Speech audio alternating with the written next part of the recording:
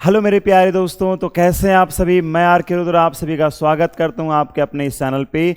चलिए आज हम लोग एक बहुत ही महत्वपूर्ण टॉपिक पे चर्चा करने वाले हैं। और आप जैसा कि आप पीछे देख पा रहे हैं, ये टॉपिक क्या है? इतिहास के 20 प्रमुख युद्धों के बारे में आज हम लोग चर्चा करने वाले हैं मेरे प्यारे मित्रों। इतिहास के 20 प्रमुख युद्धों के बारे में चर्चा करने वाले हैं, जो प्रत्येक हर कोई न कोई एग्जाम्स में यहां से आपके प्रश्न आते हैं, जो कोई न कोई एग्जाम में आपको यहां से प्रश्न आते हैं। तो चलिए एक एक करके हम 20 युद्धों की चर्चा करेंगे, ठीक है। तो चलिए पहला युद्ध हम लोग एकदम बेसिक एंशिएंट से लेकर चलें। कहां से? एकदम एंशिएंट से लेकर के मॉडर्न तक मैं आपको छोड़ूंगा। तो पहला आपका है जो है जिसे बोलते हैं दशराग्य। क्या? जिसे हम लोग क्या बोलते हैं मेरे प्यारे मित्रों? दशराग्य का युद्ध। क्या बोलते हैं? दशराग्य। यानी क्या होता है? यानी 10 राजाओं का युद्ध। क्या था? दशराग्य युद्ध का तात्पर्य होता है 10 राजाओं का युद्ध। यानी इस युद्ध में कितने राजा लड़े थे? यानी इस युद्ध में 10 राजाओं के मध्य कितने? यानी इस युद्ध में 10 राजाओं के मध्य क्या हुआ था? युद्ध हुआ था। 10 राजाओं के मध्य युद्ध हुआ था। तो चलिए एक एक करके हम लोग सभी पे चर्चा करते हैं, ठीक है। चलिए तो सबसे पहले जानते हैं आखिर इसका वर्णन हमें कहां मिलता है ना। 10 राजाओं के युद्ध का वर्णन हमें कहां से प्राप्त होता है? तो मेरे प्यारे मित्रों 10 राजाओं के युद्ध का जो वर्णन है, 10 राजाओं के युद्ध का जो वर्णन है वो कहां से मिलता है? तो वो हमें प्राप्त होता है ऋग्वेद से। कहां से? वो हमें प्राप्त होता है कहां से? ऋग्वेद से। कहां से? ऋग्वेद से प्राप्त होता है। तो ऋग्वेद के कहां से? तो ऋग्वेद के 7वें मंडल। कहां से? ऋग्वेद के 7वें मंडल से प्राप्त होता है। और 7वें मंडल के अलावा कहां अगर पूछ दे 7वें मंडल के कहां, तो बोलेंगे 7वें मंडल के कहां? तो 7वें मंडल के 33वें सूक्त में। कहां? तो 7वें मंडल के 33वें सूक्त में। क्या बोलेंगे? 33वां सूक्त। कहां? तो 33वां सूक्त में हमें प्राप्त होता है। ऋग्वेद के 7वें मंडल के 33वां सूक्त में इसकी जानकारी हमें प्राप्त होती है। अगर जानकारी पूछे कि कहां से वर्णन मिलता है, कहां पे जानकारी, तो ऋग्वेद के 7वें मंडल के 33वां सूक्त में मिलता है। किनके मध्य युद्ध हुआ था, हम लोग इस पे भी चर्चा कर लेंगे। हम लोग इस पे भी चर्चा करेंगे। उससे पहले हम लोग ये जान लेंगे युद्ध का कारण क्या था। क्या जानेंगे? युद्ध का कारण। तो युद्ध का कारण क्या था मेरे प्यारे मित्रों? क्या पूछ रहा है? युद्ध का कारण क्या था। तो चलिए कहता है क्या युद्ध का कारण क्या था? चलिए इसकी चर्चा करते हैं। कहते हैं क्या? राजा सुदास। कौन? राजा सुदास। राजा सुदास के द्वारा विश्वामित्र को, किसको? विश्वामित्र को हटाकर किसे? तो विश्वामित्र को हटाकर वशिष्ठ को, ध्यान दिए, किसे? वशिष्ठ को पुरोहित नियुक्त करना, पुरोहित बनाना। हम इसे शॉर्ट में लिख सकते हैं पुरोहित बनाना, या वहां पर क्या आएगा? नियुक्त करना। किसे नियुक्त किया है? किसे बनाया? यानी अपने यहां जो नियुक्ति कर रहे थे पुरोहित को, तो विश्वामित्र को हटा दिया और किसे नियुक्त किया? तो किसे नियुक्त किया? वशिष्ठ को पुरोहित अपना बनाया। किसे बनाया? तो यही कारण था, यही इसका मुख्य कारण था। यही इसका क्या था? मुख्य कारण था। झगड़ा का मुख्य कारण, युद्ध का मुख्य कारण यही था। अब यहां पे प्रश्न आता है आखिर इस युद्ध में कौन कौन व्यक्ति भाग लिए? तो चलिए हम लोग इसकी भी चर्चा कर लेते हैं। आखिर इनमें कौन कौन भाग लेते हैं? तो राजा सुदास और अन्य 10 राजाओं के मध्य युद्ध होता है ना। राजा सुदास और अन्य 10 राजाओं के मध्य युद्ध होता है। तो कौन? राजा सुदास के बीच युद्ध होता है। राजा सुदास वर्सेस, है ना, राजा सुदास वर्सेस 10 राजाओं का संघ बना। कितना? 10 राजाओं का संघ। 10 राजाओं का संघ। 10 राजाओं का संघ बना। 10 राजाओं का क्या बना मेरे प्यारे मित्रों? तो 10 राजाओं का संघ बना। अब इन 10 राजाओं के संघ में भी क्या थे? 10 राजाओं के संघ में भी क्या थे? इन 10 राजाओं के संघ में भी 2 भाग हुए। कितने भाग हुए? इन 10 राजाओं के संग में भी 2 भाग थे। कितने भाग थे? 2 भाग थे। एक थे पंचजन, कौन थे? एक थे हमारे पंचजन। थोड़ा सा हम लोग इसे चलिए, है ना, एक कौन थे हमारे? तो एक थे हमारे पंचजन, ठीक है। तो एक तरफ हम लिख देंगे पंचजन, कौन थे? एक तरफ पंचजन थे। यहां भी 5 राजा आपको मिले, कौन? यहां भी 5 राजा मिलेगा। और यहां 5 लघु जनजातियां थी, कौन? 5 लघु जनजातियां, कौन थे? 5 लघु जनजातियां यहां थी। यहां पंचजन थे, क्या थे? पंचजन में आपको पुरु, यदु, तुर्वस आपको यहां पर मिल जाएंगे, हालांकि वो आपके कोई काम के नहीं है, ठीक है। तो राजा सुदास की भी थोड़ी सी हम लोग चर्चा कर लेते हैं। राजा सुदास कौन थे? तो आप कह सकते हैं भरत जन थे। कौन थे? राजा सुदास कौन थे? तो ये भरत जन थे, है ना, ये भरत जन थे। और आगे चलकर इसी भरत जन के नाम पर भारत देश का नाम भारत पड़ता है। आगे चलकर इसी देश के नाम पर भारत का नाम भरत पड़ता है ना।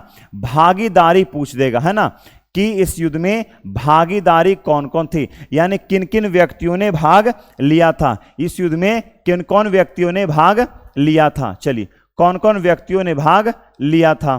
तो कौन कौन व्यक्ति भाग लिए थे, जरा ध्यान देंगे। चलिए, कौन कौन व्यक्ति भाग लिए थे? कौन कौन व्यक्ति भाग लिए थे? चलिए देख लेते हैं। चलिए, तो कौन कौन व्यक्ति भाग लिए थे? तो आइए, यहां पर 2 व्यक्ति भाग लिए थे, जिसे हम कह सकते हैं, एक थे आर्य, कौन थे? आर्य, और दूसरा थे अनार्य, यानी जो आर्य नहीं थे वो क्या कहलाए? अनार्य। तो यहां पर 2 जातियों या 2, यहां पर बात कर 2 उपजातियों की बात थी। एक आर्य भाग लिया, दूसरा अनार्य भाग लिए। इसमें प्रश्न आपको पूछ लेगा, इसमें विजय कौन हुए? तो इसमें विजय कौन हुए? तो 10 राजाओं को हराकर कौन विजय हुए? तो राजा सुदास विजयी हुए। राजा सुदास क्या हो गए? विजयी हो गए। और ये 10 राजाओं क्या हो गए? पराजय हो गया। इन 10 राजाओं के बीच क्या हो गया? पराजय हो गया। यहां पर आपसे एक प्रश्न और पूछेगा, क्या पूछेगा? कि बताइए राजा सुदास के पुरोहित कौन थे? तो अभी भी मैंने बताया पुरोहित, है ना, मैंने आपको अभी भी बताया राजा सुदास के पुरोहित कौन थे? तो कौन बने? वशिष्ठ बन गए। कौन बन गए? तो राजा सुदास के पुरोहित कौन बने? वशिष्ठ बने। और पूछेगा 10 राजाओं के संघ के पुरोहित कौन थे, है ना, पुरोहित कौन थे? तो इनके पुरोहित कौन थे? तो इनके पुरोहित हो जाएगा विश्वामित्र। कौन थे? इनके पुरोहित थे मेरे प्यारे मित्रों, कौन? तो विश्वामित्र थे। कौन थे? विश्वामित्र। प्रश्न आएगा यहां से कि 10 राजाओं के संघ के पुरोहित कौन थे? विश्वामित्र। और राजा सुदास के पुरोहित कौन थे? तो वशिष्ठ। राजा सुदास के पुरोहित कौन थे? तो वशिष्ठ। तो ये था हमारा दशराग्य युद्ध। कौन था? दशराग्य युद्ध, है ना। आगे चलकर हम कह सकते हैं इन्हीं के, है ना, हम इसमें भी आपको इंक्लूड मैं कर देता हूं, है ना, कि क्या कह सकते हैं, क्या कह सकते हैं हम लोग कि भरत जन के नाम पर देश का नाम भरत पड़ा। क्या कह सकते हैं? भरत जन के नाम पर, है ना, भरत जन के नाम पर, भरत जन के नाम पर देश का नाम क्या पड़ा? भरत जन के नाम पर देश का नाम भारत पड़ा, है ना। देश का नाम क्या पड़ा? तो देश का नाम क्या पड़ा? भारत पड़ा। देश का नाम क्या पड़ा?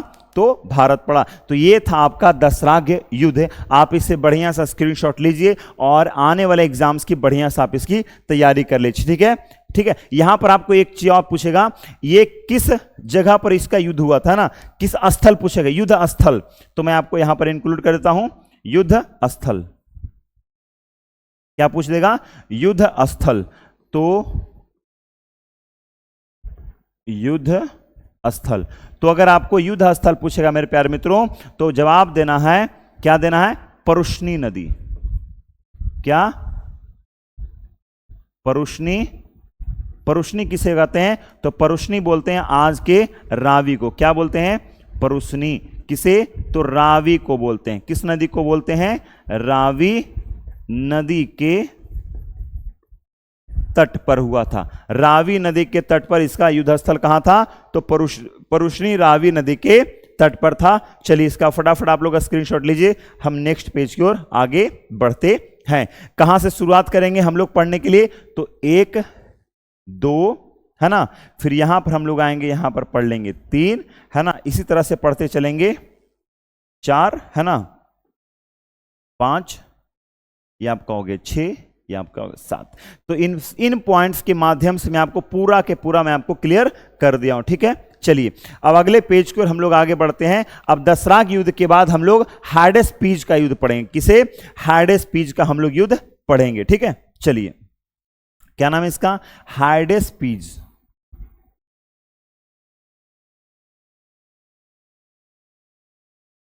हार्डेस्पीज का युद्ध, या हम इसे झेलम वितस्ता का भी युद्ध कहते हैं। क्या? या हम इसे झेलम वितस्ता का भी युद्ध कहते हैं। क्या कहते हैं? झेलम वितस्ता का भी युद्ध कहते हैं। चलिए, तो क्या कहते हैं? झेलम वितस्ता का भी हम इसे युद्ध कहते हैं।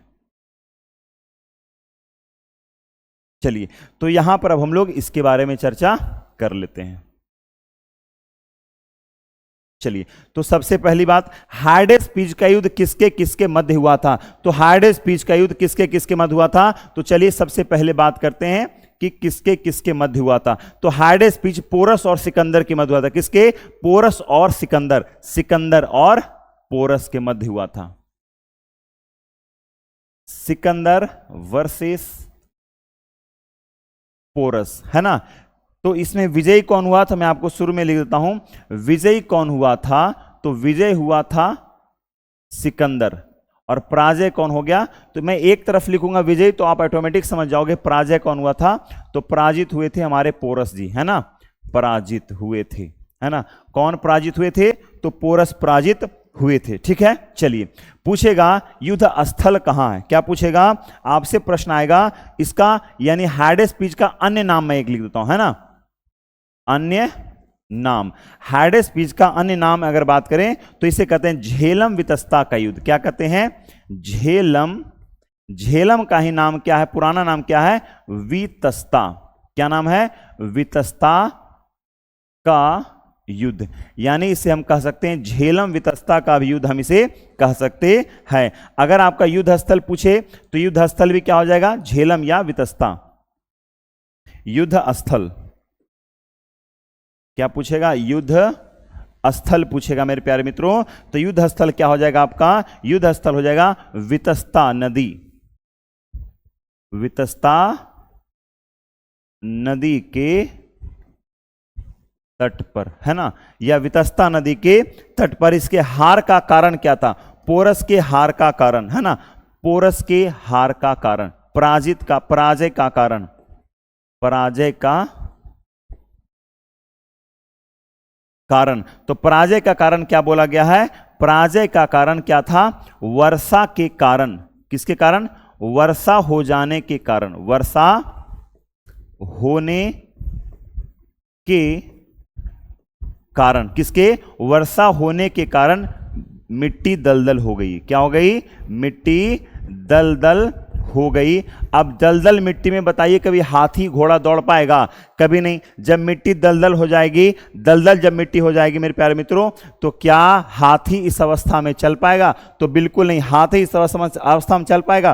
तो बिल्कुल भी नहीं चल पाएगा। तो ये था पोरस के पराजय। पराजय कौन हुआ था? तो पोरस। तो इसलिए लिखा पोरस, यानी पराजय का कारण कौन था, है ना।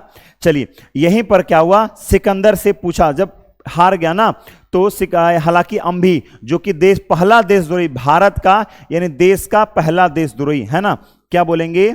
देश का अगर पहला देशद्रोही बोला जाए, क्या बोला जाए? देशद्रोही। तो पहला देशद्रोही किसे नाम आएगा? तो पहला देशद्रोही मेरे प्यारे मित्रों नाम आएगा किसे? अंभी का। किसका नाम आएगा? अंभी का। अंभी कौन? अंभी का नाम आएगा। पहला देशद्रोही कौन था? तो अंभी था।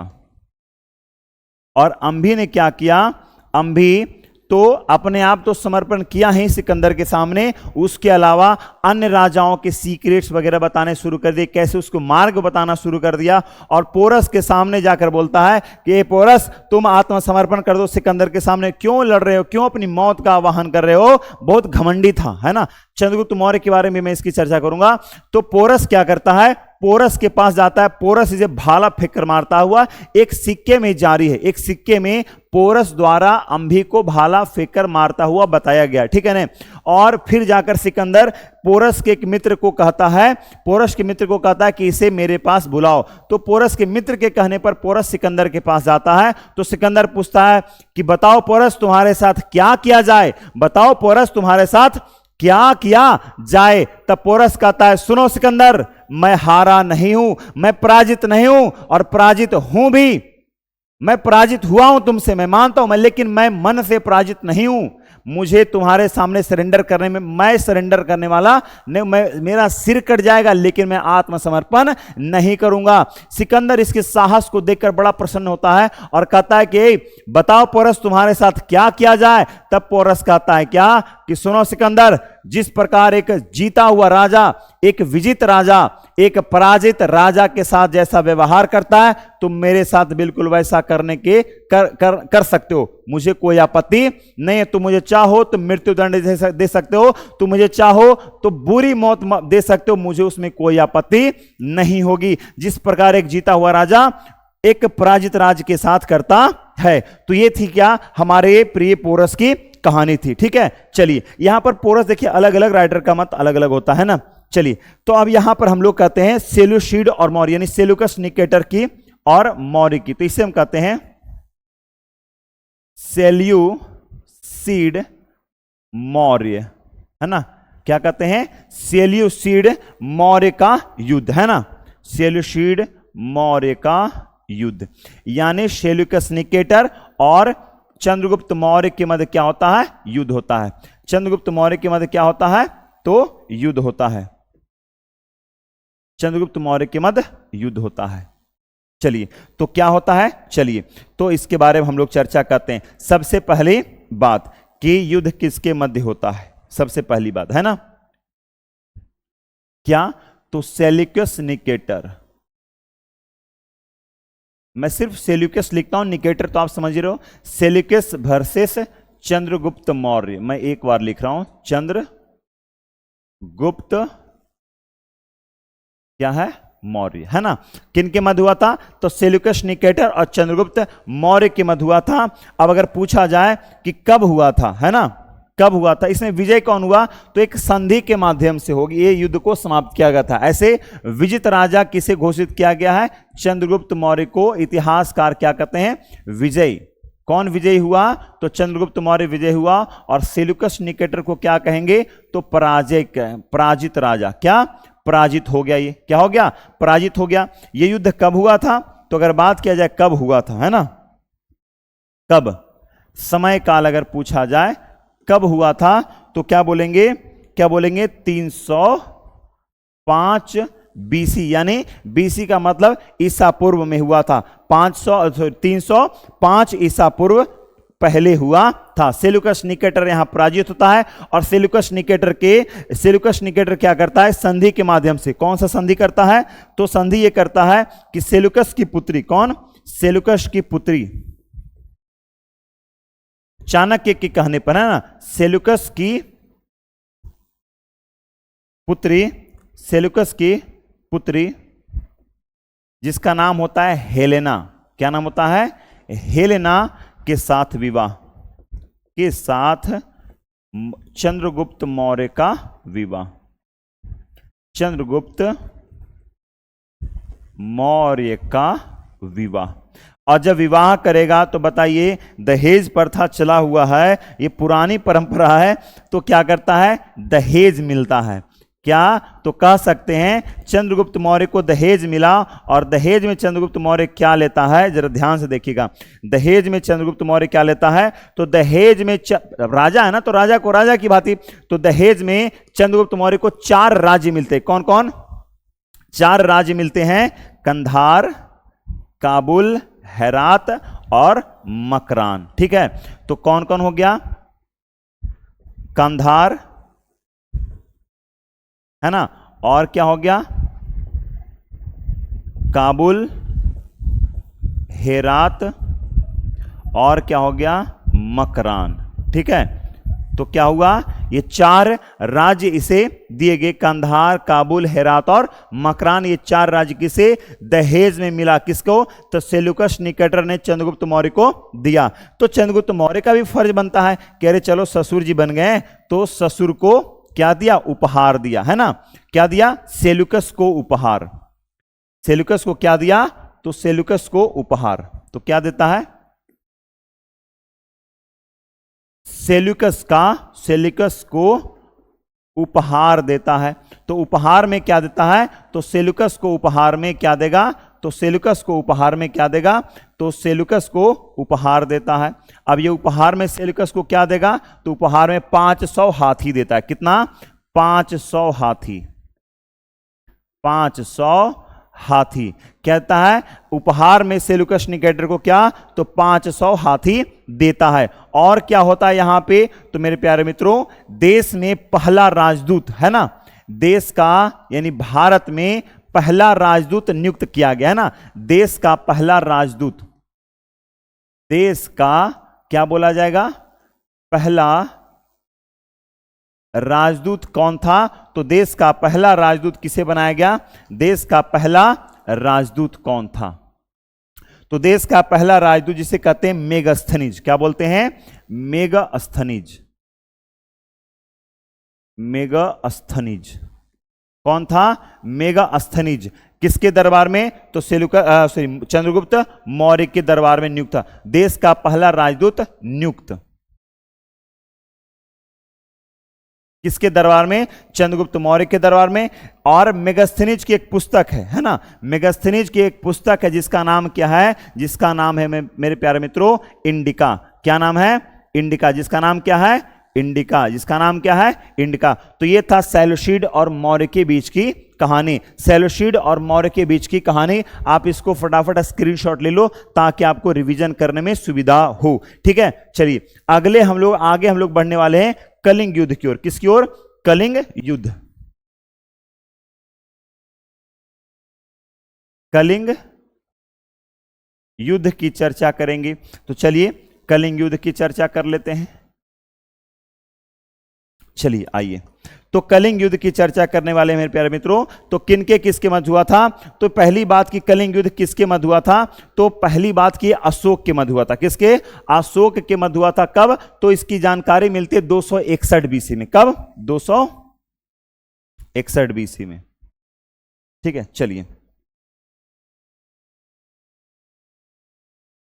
261 बीसी में, कब हुआ था, 261 बीसी यानी 261 ईसा पूर्व पहले इसकी ये युद्ध हुआ था, है ना, किसके मध्य, तो अशोक और कलिंग के मध्य हुआ था, है ना, किसके,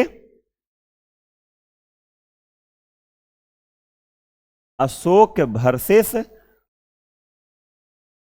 कलिंग। और अशोक क्या हो गया, अशोक विजयी हुआ, अशोक क्या हो गया, अशोक विजयी हुआ, है ना। और कलिंग क्या हो गया, तो कलिंग पराजित हो गया, कलिंग क्या हो गया, तो कलिंग क्या हो गया मेरे प्यारे मित्रों, तो कलिंग पराजित हो गया। अब यहीं पर आगे बात करते हैं, ठीक है, तो कलिंग क्या हो गया, तो कलिंग पराजित हो गया। अब यहां पर पता कैसे चलेगा, जानकारी, जानकारी कहां से मिलती है ना, युद्ध की जानकारी, तो इसकी जानकारी कहां से मिलती है, तो इसकी जानकारी कहीं और से नहीं, इसकी जानकारी कहीं और से नहीं बल्कि अशोक के शिलालेख से प्राप्त होते। कहां से, अशोक के शिलालेख से प्राप्त होते हैं, कहां से, अशोक के शिलालेख से प्राप्त होते हैं। ठीक है, चलिए तो जानकारी की बात करते हैं कि जानकारी इसकी कहां से मिलती है। ठीक है, तो दो जानकारी, पहली बात कर लें क्या, तो हां कहां से मिलती है, तो इसकी जानकारी अशोक की, किसके, अशोक की, अशोक के 13वें शिलालेख से, अशोक के 13वें शिलालेख से, अशोक के 13वें शिलालेख से इसकी जानकारी मिलती है। क्या में, 13वें शिलालेख से इसकी जानकारी मिलती है। अगर यह पूछा जाए कि राजा बनने के बाद यह युद्ध कब हुआ था, है ना, तो अशोक के राजा बनने के 8 वर्ष के बाद, कितना, अशोक के राजा बनने के 8 वर्ष के पश्चात, या 8वें वर्ष, है ना, सम्राट यानी राज्याभिषेक के 8वें वर्ष, 261 क्या कह सकते हैं, क्या, राज्याभिषेक, राज्याभिषेक के 8वें वर्ष, 8वें वर्ष, राज्याभिषेक के कितने, तो राज्याभिषेक के 8वें वर्ष यह युद्ध हुआ था। राज्याभिषेक के यानी अशोक के राज्याभिषेक जब हुआ था उसके 8वें वर्ष यानी 261 बीसी में यह युद्ध हुआ था। कौन सा युद्ध, कलिंग का युद्ध हुआ था। इसका कारण अगर इसके कारण की चर्चा करें तो अशोक की विस्तारवादी नीति थी, है ना। अगर युद्ध के कारण की बात करें, युद्ध के कारण, है ना, क्या पूछ ले कोई कि बताओ भाई साहब युद्ध का कारण क्या था, युद्ध का कारण। हम लोग इसके युद्ध के कारण पे इसलिए बात कर रहे हैं क्योंकि बहुत इंपॉर्टेंट है ना, ये क्या है, काफी इंपॉर्टेंट है, युद्ध का कारण। चलिए, तो युद्ध के कारण की हम लोग चर्चा करते हैं, ठीक है। चलिए, तो चलिए पहले पॉइंट पे, पहले बिंदु पे हम लोग बात करते हैं कि पहला बिंदु क्या होगा। तो पहला, अशोक की विस्तारवादी नीति, अशोक की क्या होगा, विस्तारवादी नीति थी कि अशोक चाहता था कि हम अपने साम्राज्य को क्या करें, अपने साम्राज्य को बढ़ाएं। किस प्रकार, उसी प्रकार जिस प्रकार से हमारे दादाजी ने बढ़ाया था, यानी चंद्रगुप्त मौर्य ने बढ़ाया था, ठीक है। दूसरी क्या करें, तो कलिंग का व्यापारिक स्थिति, कलिंग का व्यापारिक भौगोलिक स्थिति, व्यापारिक भौगोलिक स्थिति। इसका कारण क्या था कि कलिंग का व्यापारिक भौगोलिक स्थिति यानी व्यापार की दृष्टि से कलिंग काफी महत्वपूर्ण स्थान रखता था। क्यों, क्योंकि यहां पर क्या है, तो क्योंकि यहां पर सूती वस्त्र के निर्माण होते थे। क्यों, क्योंकि यहां पर क्या होते थे, तो सूती वस्त्र का निर्माण, सूती वस्त्रों का क्या होता था, तो सूती वस्त्रों का निर्माण होता था, ठीक है। किसका, तो सूती वस्त्रों का निर्माण होता था। और क्या बात करें, तो ये तो 3 और भी मुख्य हो गए। और सबसे बड़ी बात कि वहां क्या था, तो हाथी, है ना, हाथी प्राप्त हेतु, हाथी को पाने के लिए, यानी हाथी की संख्या वहां बढ़िया थी, यानी हाथी वहां क्या था, कलिंग से हाथी पाना चाहता था। सो क्या, तो कलिंग से हाथी पाना चाहता था और समुद्री डाकुओं पर नियंत्रण करना चाहता था। किस पे, तो समुद्री डाकुओं पर नियंत्रण, समुद्री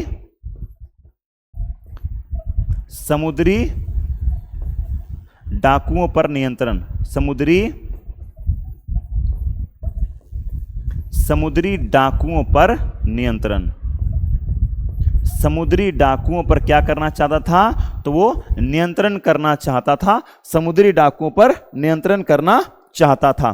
तो ये थे मुख्य कारण थे, है ना। अब यहीं पर हम लोग बात कर लेते हैं कि युद्ध के परिणाम क्या हुए। क्या, युद्ध के परिणाम,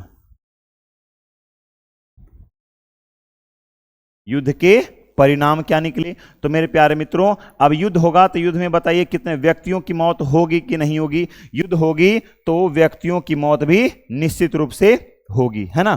चलिए, तो युद्ध के परिणाम में बात कर लेते हैं कि इसके युद्ध के परिणाम क्या निकले। तो चलिए पहले परिणाम की बात करते हैं कि युद्ध के इसके परिणाम क्या निकले, ठीक है। तो परिणाम तो ये निकला कि अशोक विजयी हुआ, परिणाम ये निकला कि अशोक विजयी हुआ, अशोक विजयी हुआ, है ना। दूसरे में बात कर लें, और क्या, अशोक तो जीत गया, और अशोक जीत गया तो क्या हो गया, अशोक जीतने के बाद क्या हो गया, उसके समुद्री व्यापार में वृद्धि हुई, है ना। क्या हुआ, समुद्री व्यापार में वृद्धि, समुद्री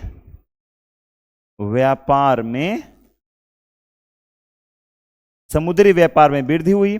और क्या हुआ, तो अशोक का विजय होना, समुद्री व्यापार में क्या होना, तो वृद्धि होना। और सबसे बड़ी बात यहां पर नुकसान कितना हुआ, तो करीब मान के चलिए कितना, कि लगभग 1.5 लाख लोग बंदी बनाए गए, लाखों लोग मरे, है ना।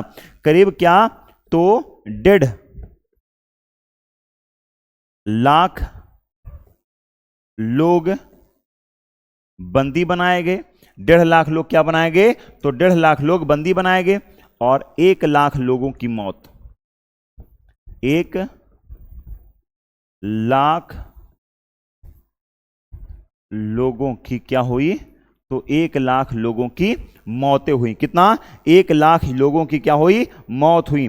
अब इसी चीज को देख करके अशोक का मन क्या हुआ? हृदय विताड़ित हो गया। यानी अशोक का मन में कुछ भावना जागी। किसको देखकर? इतने लोगों की जब मौत हुई तो अशोक का दिल दहल गया कि बाप रे, मैंने जितने लोगों का कत्ल कर दिया। तब अशोक निर्णय लिया, है ना? तब अशोक क्या लिया? निर्णय लिया। और कौन सा निर्णय लिया? युद्ध नहीं करने का। किसका? युद्ध नहीं करने का। युद्ध नहीं करने युद्ध नहीं करने का निर्णय लिया। और तब अशोक क्या बन गया? चंड अशोक से धम अशोक बन गया। तब परिवर्तन हुआ, हृदय परिवर्तन। हृदय परिवर्तन क्या हुआ? अशोक का हृदय परिवर्तन हुआ। क्या हुआ? हृदय परिवर्तन हुआ और अशोक क्या बन गया? चंड अशोक से। क्या? चंड अशोक से क्या बन गया? चंड अशोक से चंड अशोक से धम्मा शोक बन गया, है ना? यानी धम अशोक बन गया। यानी मैं धर्म के रास्ते पर चलूंगा, मैं शांति के रास्ते पर चलूंगा। तो ये था पूरा कलिंग विजय या कलिंग युद्ध का। ये मैंने आपको पूरी मैंने बात बता दिया कि कब हुआ है। तो 261 यानी राज्याभिषेक के 8वें वर्ष लड़ा। 13वें शिलालेख से इसकी जानकारी मिलती है। विजय हुआ था अशोक, पराजय हुआ था कलिंग। अशोक के 13वें शिलालेख से इसकी जानकारी मिलती है। युद्ध का कारण मैंने लिख दिया और युद्ध के परिणाम मैंने लिख दिया। तो युद्ध के परिणाम कहां से शुरू करिएगा? अशोक विजय हुआ, है ना? समुद्री व्यापार में वृद्धि हुआ। कितने लोग मारे गए? इतने लोग बंदी बने, इतने लोग की मृत्यु हुई। और उसके बाद ये निर्णय लिया, है ना? और उसके बाद फिर छठा में इसका हृदय परिवर्तन हुआ और अशोक चंड अशोक से क्या बन गया? धम्मा अशोक बन गया। क्या बन गया? धम्मा अशोक बन गया। चलिए, यहां तक समझ में आ रही है। और अगर देखिए, अगर आप लोग को अच्छा लगे तो अधिक से अधिक दोस्तों तक क्या करिए? शेयर करिए बातों को, है ना? और चैनल को सब्सक्राइब करिए, वीडियो को लाइक करिए, ठीक है? चलिए अगले प्रश्न की ओर बढ़ते हैं, है ना? अगले युद्ध की ओर बढ़ते हैं। तो अगला युद्ध है तालीकोटा का युद्ध। कौन सा? अगला युद्ध है हमारा तालीकोटा का युद्ध। किसका युद्ध है मेरे प्यारे दोस्तों? तालीकोटा का युद्ध। बहुत इंटरेस्टिंग युद्ध है ये भी, ठीक है? चलिए, तो आइए तालीकोटा का युद्ध हम लोग पढ़ते हैं। इसे तालीकोटा का युद्ध जो है, हम लोग इसे राक्षस तंगड़ी भी कहते हैं। क्या कहते हैं? राक्षस तंगड़ी का युद्ध भी कहते हैं। चलिए, तालीकोटा का युद्ध। आइए तालीकोटा के युद्ध के बारे में हम लोग इसकी चर्चा करते हैं। चलिए, तो सबसे पहली बात, तालीकोटा का युद्ध क्या? तो इसके पहले हम लोग अन्य नाम की चर्चा कर लेंगे, है ना? कि इसके अन्य नाम क्या थे? अन्य नाम में हम लोग इसके 2 नामों की चर्चा कर लेंगे। पहला राक्षस तंगड़ी। क्या नाम है? राक्षस तंगड़ी का युद्ध। राक्षस तंगड़ी का युद्ध। पहला युद्ध क्या हो गया? राक्षस तंगड़ी का युद्ध। और दूसरा इसे हम कहते हैं बन्नी हट्टी। कौन? दूसरा हम लोग इसे नाम देते हैं बन्नी हट्टी का युद्ध। बन्नी हट्टी का क्या बोलते हैं? इसे हम लोग बोलते हैं बन्नी हट्टी का युद्ध। तो इसके बाद हम लोग अन्य नाम तो हम लोग पढ़ लिए। अब हम लोग इसकी जानकारी, ये तालीकोटा का युद्ध कब हुआ था? तालीकोटा का युद्ध कब हुआ था? तो मेरे प्यारे मित्रों, तालीकोटा का युद्ध हुआ था 1556। कितना? तालीकोटा का युद्ध कब हुआ था? 1565 ईस्वी में हुआ था। तालीकोटा का युद्ध कब हुआ? तो तालीकोटा का युद्ध 1565 में हुआ था। तो अब यहां प्रश्न आता है कि किसके किसके मध्य हुआ था, है ना? तालीकोटा का युद्ध जो है किसके किसके मध्य हुआ था? तो आइए हम लोग इसके मध्य की बात कर लेते हैं, ठीक है? चलिए, तो इसके मध्य की बात कर लेते हैं कि तालीकोटा का युद्ध किसके किसके मध्य हुआ था। चलिए, तो पहली बात कर लेते हैं कि किसके किसके मध्य हुआ था। तो जान लीजिए किसके? तो विजयनगर साम्राज्य। किसके साम्राज्य? विजयनगर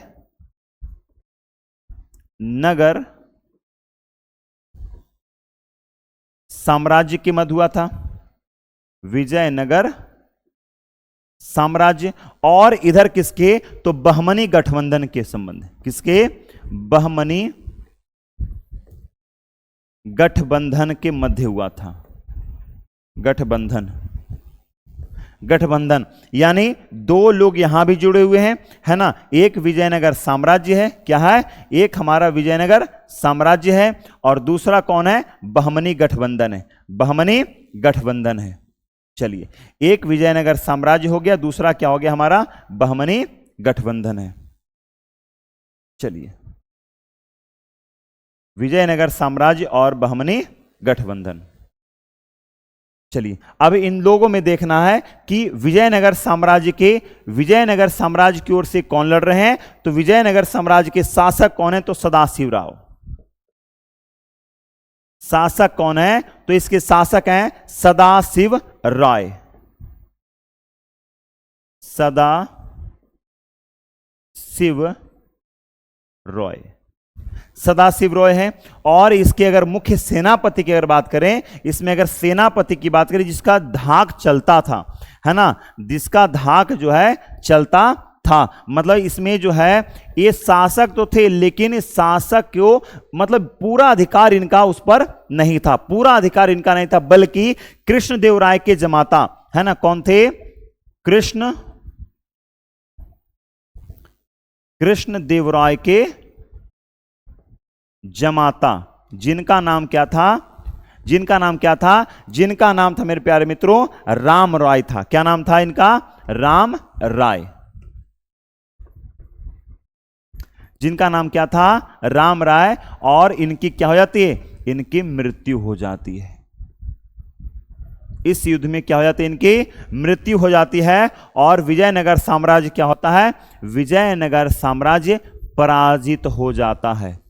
विजयनगर साम्राज्य क्या हो जाता है, तो विजयनगर साम्राज्य पराजित हो जाता है। इसको ध्यान से देख लीजिएगा, विजयनगर साम्राज्य क्या हो जाता है, तो विजयनगर साम्राज्य पराजित हो जाता है। वहीं अगर बात करें बहमनी गठबंधन की, क्या वहीं अगर बात करें मेरे प्यारे मित्रों बहमनी गठबंधन की, तो यहां पर चार बहमनी गठबंधन में कितने राज्य थे, तो चार राज्य थे। कौन कौन, बीजापुर पहला, तो क्या हो जाएगा आपका बीजापुर,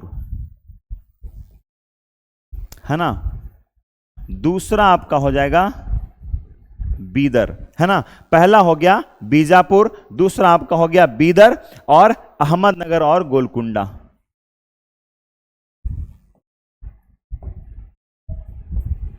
क्या हो जाएगा, बीदर, और 3 नंबर में क्या हो जाएगा, अहमदनगर,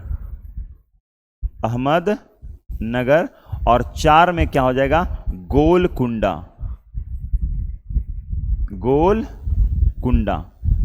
है ना, गोलकुंडा। तो ये 4 राज्य थे, किसमें, बहमनी गठबंधन में 4 राज्य थे। और ये 4 राज्य क्या हो गए, ये विजित हो गए, क्या हो गए, ये विजित हो गए, यानी जीत गए, विजित हो गए, क्या हो गए, विजित हो गए। ठीक है, चलिए, ये क्या हो गए, ये विजित हो गए। और अगर बात करें तो इसका ये क्या, तो भारत के निर्णायक युद्धों में इसकी गिनती होती है, भारत के निर्णायक युद्धों में गिनती,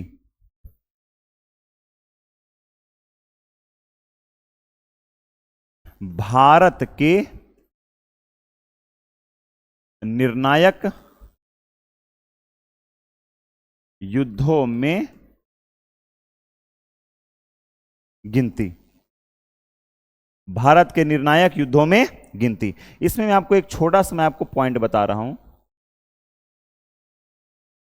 ठीक है, दिख रहा है ना, चलिए आपको मैं एक छोटा सा पॉइंट मैं आपको बताता हूं, ठीक है। अगर बात करें इस युद्ध के प्रत्यक्षदर्शी कौन थे, है ना, युद्ध के प्रत्यक्षदर्शी कौन थे, युद्ध के प्रत्यक्षदर्शी कौन थे,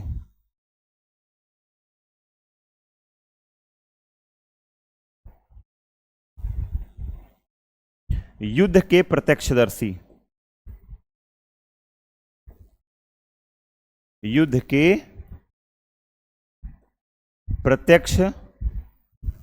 दर्शी कौन थे, यानी इस युद्ध को अपने आंखों से देखने वाला व्यक्ति कौन था, इस युद्ध को अपनी आंखों से देखने वाला व्यक्ति कौन था।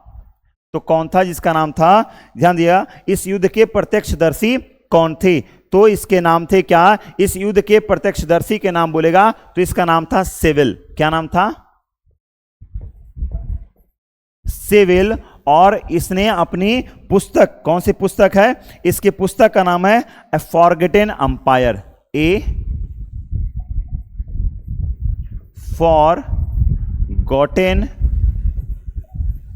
Forgotten empire.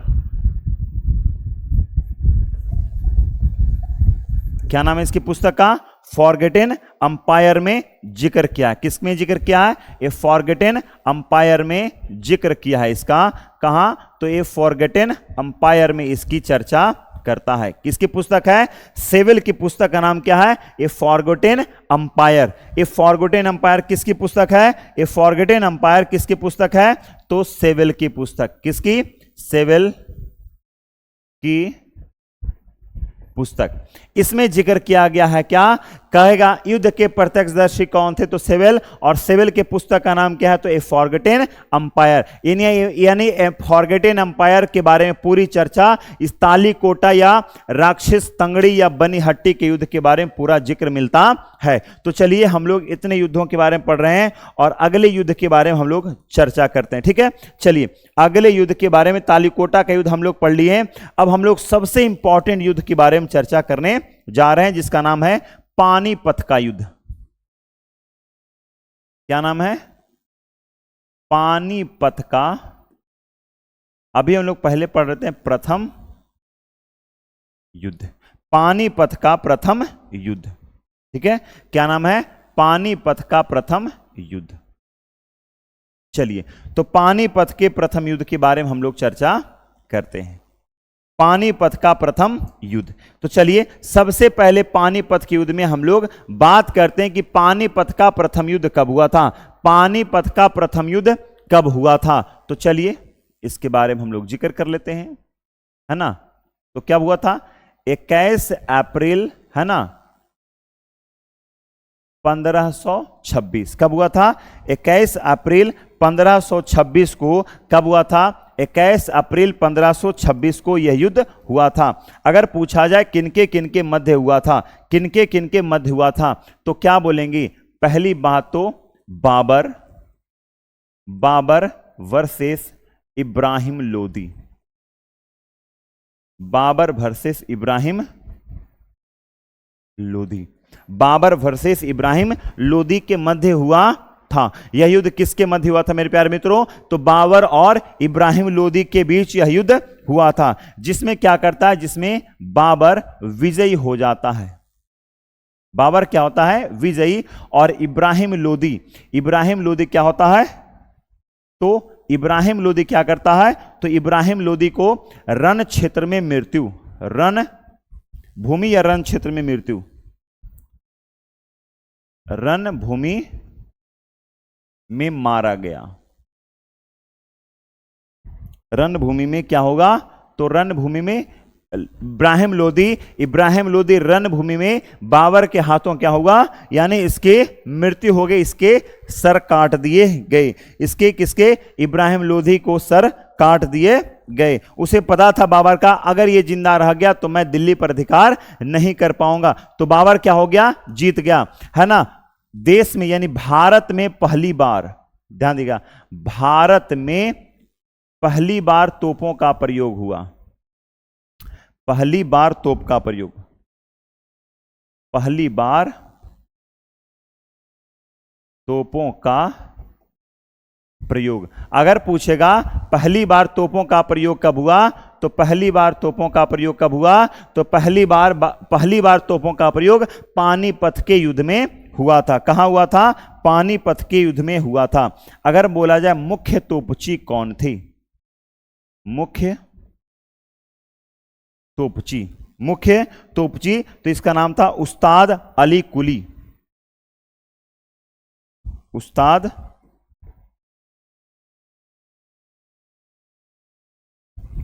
अली या अली कुली, है ना। उस्ताद अली कुली इसके क्या थे, मुख्य तोपची कौन थे, तो उस्ताद अली कुली। लेकिन अगर बात करेगा बंदूकची कौन थे, है ना, यानी बंदूक कौन चलाया था, बंदूकची, तो क्या बोलेंगे, मुस्तफा। बंदूकची कौन थे, तो क्या बोलेंगे, मुस्तफा। कौन थे, तो बंदूकची कौन थे, तो उस्ताद अली कुली। बंदूकची कौन थे, तो उस्ताद अली कुली। और अगर बोलेगा बंदूकची बोलेगा तो क्या बन जाएगा, मुस्तफा। बोली बंदूकची बोलेगा तो क्या बन जाएगा, मुस्तफा बन जाएगा। ठीक है, चलिए अब अगले चलते हैं। तो यहां तक हम लोग क्लियर कर लिए हैं, यहां तक सभी को क्लियर है, यहां तक सभी को क्लियर है। और इस युद्ध में बाबर क्या करता है, बाबर कलंदर की उपाधि लेता है। किसकी, बाबर कलंदर की उपाधि, कलंदर की उपाधि लेता है। किसकी उपाधि लेता है, बाबर, बाबर कलंदर की उपाधि लेता है। किसकी, बाबर मेरे प्यारे मित्रों कलंदर की उपाधि लेता है और युद्ध जीत गया। तो 27 अप्रैल 1526 27 अप्रैल 1526 को बाबर क्या करेगा, बाबर बादशाह बनेगा। क्या बनेगा, बादशाह। बादशाह का पद कब लिया, तो 27 अप्रैल 1526 को बाबर क्या बन गया, तो बाबर क्या बन गया, 27 अप्रैल 1526 को बाबर क्या बनता है, तो बादशाह बनता है। चलिए यहां तक कोई दिक्कत। क्या यह भारत में बाबर का पहला अभियान था, तो नहीं, 5वां अभियान था। किसका, बाबर का यह भारत पर 5वां अभियान था। क्या अभियान था, देखिए जब आप गद्दारी करोगे घर से तो आपको भी घर से बेदखल एक दिन होना पड़ेगा। अगर भारत के लोग गद्दारी नहीं करते तो मुगल का यहां पर इस तरह से आना तो नहीं होता। जब बाबर अपने आप को जब बादशाह घोषित करता है तब बाबर कहता है कि अब हमें काबुल की गरीबी नहीं चाहिए, यानी अब भारत से बाबर भारत से बाबर जो है जाना नहीं चाहता है। तो बाबर ने क्या कहा, अब हमें काबुल की गरीबी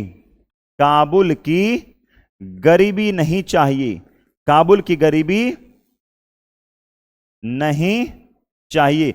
अब जो लोग इसको बुलाया था उन लोग का हालत खराब कि अरे यार ये तो धोखा हो गया हम लोग के साथ, है ना, ये तो बड़का मोए मोए मेरा हो गया। तो क्यों मोए मोए हो गया, क्योंकि बाबर तो अब जाने का नाम ही नहीं ले रहा है, कह रहा है कि अब हमें गरीबी नहीं चाहिए। अब कहता है युद्ध विजय का कारण क्या था, है ना, क्या पूछ दे आपसे, युद्ध विजय का कारण, युद्ध विजय का कारण। तो पूछ देगा युद्ध विजय का कारण क्या है, युद्ध विजय का कारण क्या है, तो क्या बोलेंगे, युद्ध विजय का कारण क्या है, तो क्या बोलेंगे, बाबर का सैन्य कुशलता। क्या बोलेंगे, बाबर का सैन्य कुशलता।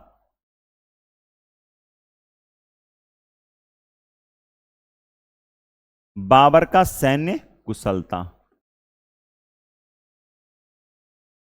बाबर का सैन्य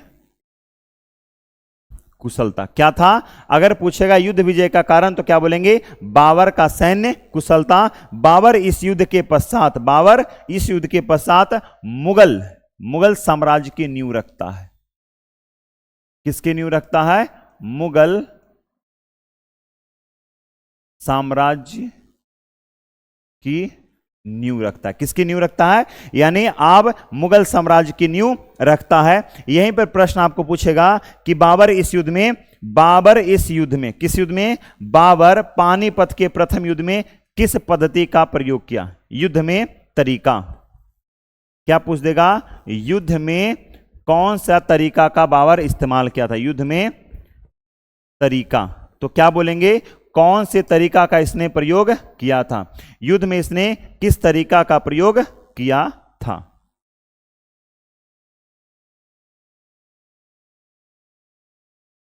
चलिए युद्ध में कौन सा तरीका बाबर अपनाया था। ठीक है, चलिए, तो युद्ध में क्या पूछ देगा, तरीका, तो कौन सा तरीका, इसे बोलेंगे तुलगुमा पद्धति।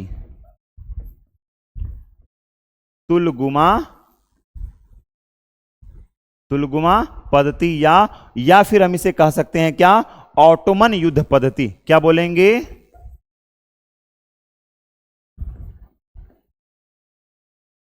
ऑटोमन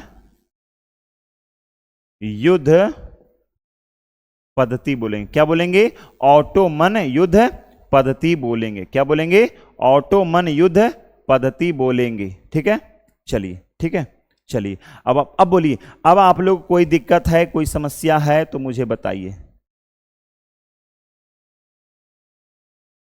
तो बढ़िया, ठीक है, रहने दो, है ना।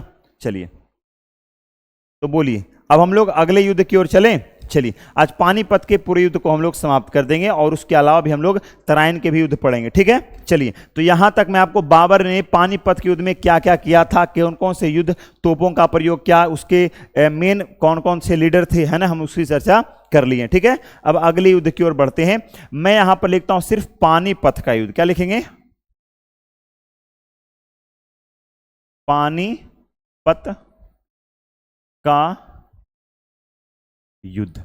ठीक है, अब इसके पीछे कारण क्या है मेरे प्यारे मित्रों, कारण यह है कि मैं आपको यहां पर तीनों युद्ध की चर्चा मैं आपको संक्षेप में करता हूं। क्या हुआ, तीनों युद्धों की चर्चा मैं आपको संक्षेप में कर देता हूं। ठीक है, चलिए, तो पहला युद्ध,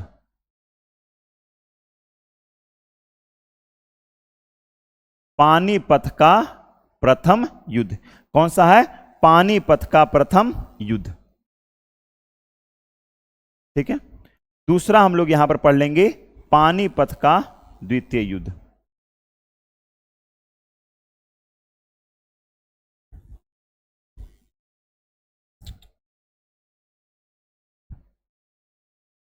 सिर्फ लिखते हैं द्वितीय युद्ध,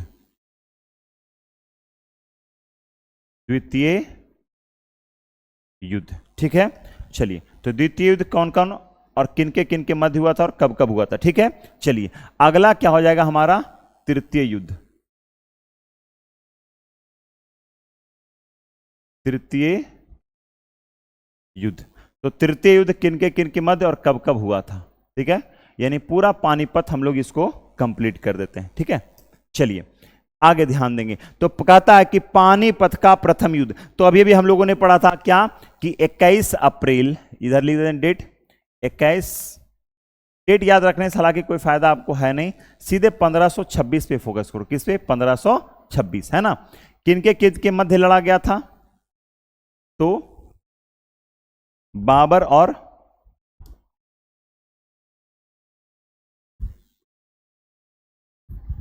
बाबर वर्सेस इब्राहिम लोदी के मध्य, है ना।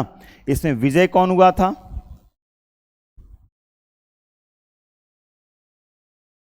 बाबर विजयी, इब्राहिम लोदी पराजित, इब्राहिम लोदी पराजित। ठीक है, तो पहला युद्ध कंप्लीट हो गया। चलिए, दूसरे युद्ध की बात करते हैं कि दूसरा युद्ध कब हुआ था। चलिए, दूसरा युद्ध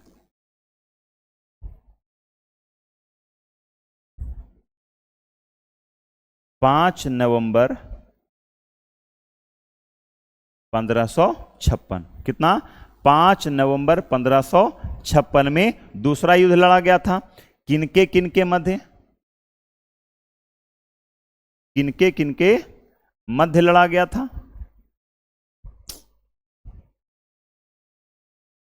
तो अकबर और हेमू के मध्य। अकबर वर्सेस हेमू। हेमू कौन था, दिल्ली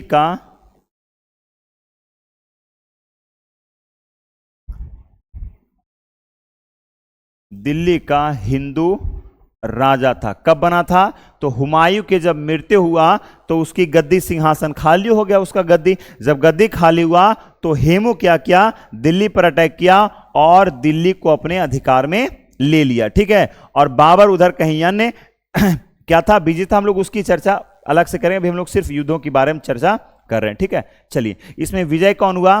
तो अकबर की जीत होती है, अकबर विजित होता है और हेमू दुर्भाग्य से हारता है ना।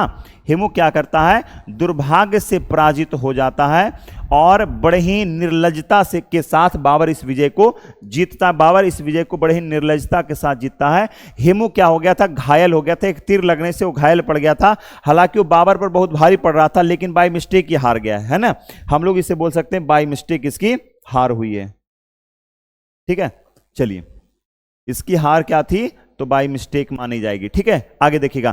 तो हुआ यूं था कि बाबर हेमू को तीर लगा था, तो हेमू थोड़ा मूर्छित अवस्था में हो गया था, तो जिसके कारण हेमू के सैनिकों को लगा कि हमारा राजा मारा गया, तो उन लोग में भगदड़ मच गई, वो लोग भाग गए। तो इसके कारण हेमू अकबर क्या किया? अकबर अपने जो सेनापति के माध्यम से हेमू का गला कटवा देता। हालांकि ऐसा बोलता है कि अकबर ऐसा नहीं चाहता था, अकबर ऐसा नहीं चाहता था कि हम उसके गला काटकर गाजी की उपाधि धारण करें, ऐसा किताबों में लिखा हुआ मिलता है। लेकिन देखो, अगर मेरे यहां का मैं राजा हूं तो मैं ही लिखवाऊंगा कि वहां उसके बारे में क्या क्या लिखना चाहिए। ठीक है ना।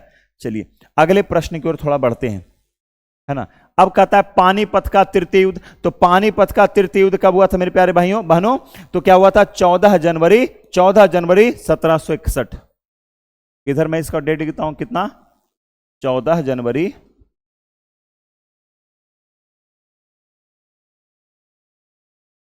1761। 14 जनवरी 1761। ठीक है, चलिए, 14 जनवरी 1761 में हुई थी। किनके मध्य हुई थी? सबसे जरूरी बात, एग्जाम में यही तो पूछता है कि तृतीय पानीपत का तृतीय युद्ध किनके मध्य हुआ था। तो बहुत इंपॉर्टेंट बात है कि मराठा, किसके बाद? मराठा और अफगानी के बीच, मराठा और अफगानों के बीच, मराठा और अफगान, मराठा और अफगान किनके मध्य हुआ था? तो मराठा वर्सेस अफगान। तो मराठा के कौन कौन थे? तो ध्यान देना, मराठा के जो पेशवा थे, आगे थे अफगान। मैं यहां पर सेनापति की बात करता हूं, किसकी? कि सेनापति कौन था इसका, और इसका सेनापति किसे माना गया, है ना। चलिए, तो दोनों के सेनापति की हम चर्चा कर लेते हैं। ठीक है, तो मराठा में जो सेनापति थे, तो मराठा में सेनापति किसे? तो मराठा में क्या हो जाएगा? सदाशिवराव भाऊ। क्या हो जाएगा? सदाशिवराव भाऊ, सदाशिव राव भाऊ, है ना। और अफगानी का नेता कौन था? तो अहमद शाह अब्दाली। क्या नाम था? अहमद शाह अब्दाली। इसका नाम क्या था? अहमद शाह अब्दाली, अहमद शाह अब्दाली, है ना। अहमद शाह अब्दाली। ठीक है, क्या हो गया? इसका नाम क्या था? अहमद शाह अब्दाली। क्या नाम था इसका? अहमद शाह अब्दाली। इसमें विजित कौन हुआ? तो इसमें जीता कौन? इसमें जीत गया कौन? अहमद शाह अब्दाली।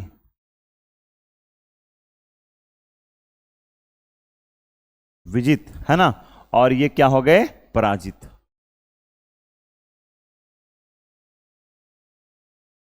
और ये क्या हो गए? पराजित। ठीक है, चलिए,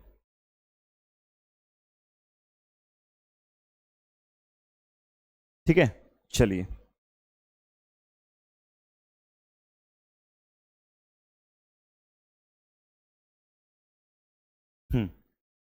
बोलिए। यहां तक हम लोग पानीपत के तीनों युद्धों के बारे में हम लोग चर्चा कर चुके हैं। ठीक है, अब अगले प्रश्न की ओर मेरे प्यारे भाई बंधु, अगले प्रश्न की ओर चलते हैं। पानीपत के युद्ध तो समाप्त हो गया, लेकिन और भी हमारा युद्ध बचा हुआ है। अभी हम लोग बाबर के सभी युद्धों के बारे में चर्चा करेंगे। खानवा का युद्ध चर्चा करेंगे, घाघरा का चर्चा करेंगे, चंदेरी की चर्चा करेंगे। ठीक है ना। तो चलिए, खानवा के युद्ध के बारे में चर्चा करते हैं। खानवा का युद्ध,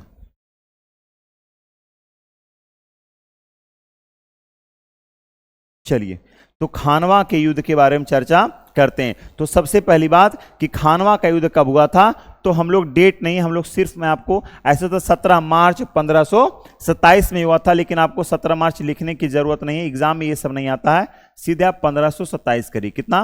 1527 करिए, ठीक है। और किनके मध्य हुआ था, तो बाबर और राणा सांगा के मध्य हुआ था। किनके? बाबर और राणा सांगा। बाबर वर्सेस राणा सांगा। बाबर वर्सेस कौन, तो बाबर वर्सेस राणा सांगा के मध्य हुआ था, ठीक है। खानवा के युद्ध किसके किसके? बाबर वर्सेस राणा सांगा के मध्य हुआ था। इसमें विजित कौन हुआ, तो बाबर जीत गया, बाबर विजित, राणा सांगा पराजित, राणा सांगा पराजित। परिणाम क्या हुआ,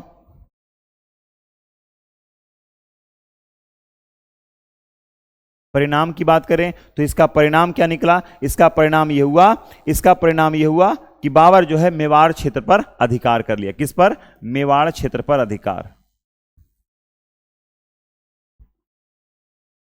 मेवाड़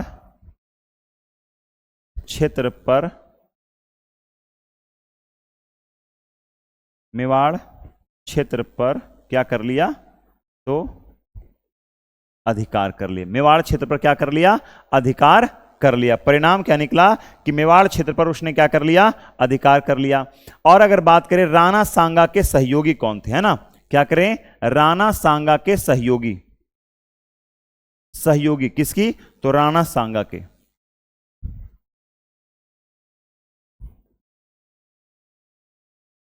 सहयोगी कौन थे, किसके? राणा सांगा के सहयोगी कौन थे, तो सबसे चंदेरी के राजा, कौन? चंदेरी के राजा मेदिनी रॉय। कौन कौन थे? चंदेरी के राजा मेदिनी रॉय। इब्राहिम लोदी का भाई महमूद लोदी, उसका चाचा कौन? उसका चाचा कौन था, तो उसका चाचा कौन था? आलम खां लोदी। उसका चाचा कौन था? आलम खां लोदी। तो इसमें सहयोगी की बात करें तो सहयोगी 3 हो जाएगा, है ना। कितने सहयोगी? 3 हो जाएगा। तो कौन कौन? पहला मैंने बोला मेदिनी रॉय, चंदेरी शासक मेदिनी रॉय, चंदेरी शासक मेदिनी रॉय, मेदिनी रॉय।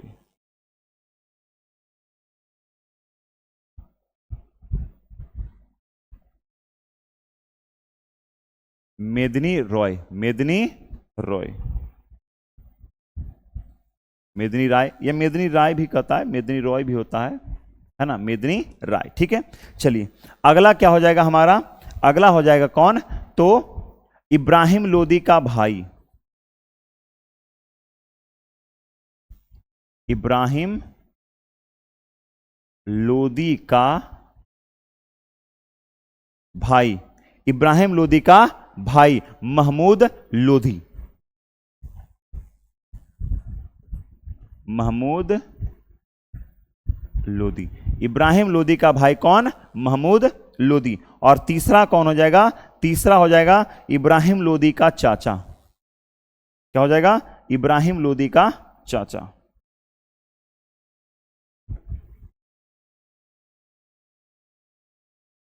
इब्राहिम लोदी का चाचा,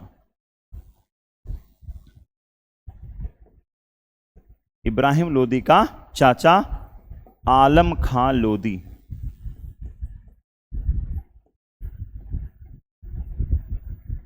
क्या नाम था? आलम खां लोदी। लोधी भी इसे लिखाता है और लोदी भी लिखाता है, ठीक है। तो इसके राणा सांगा के सहयोगी कौन कौन थे? तो 3 सहयोगी थे इसके। कौन कौन?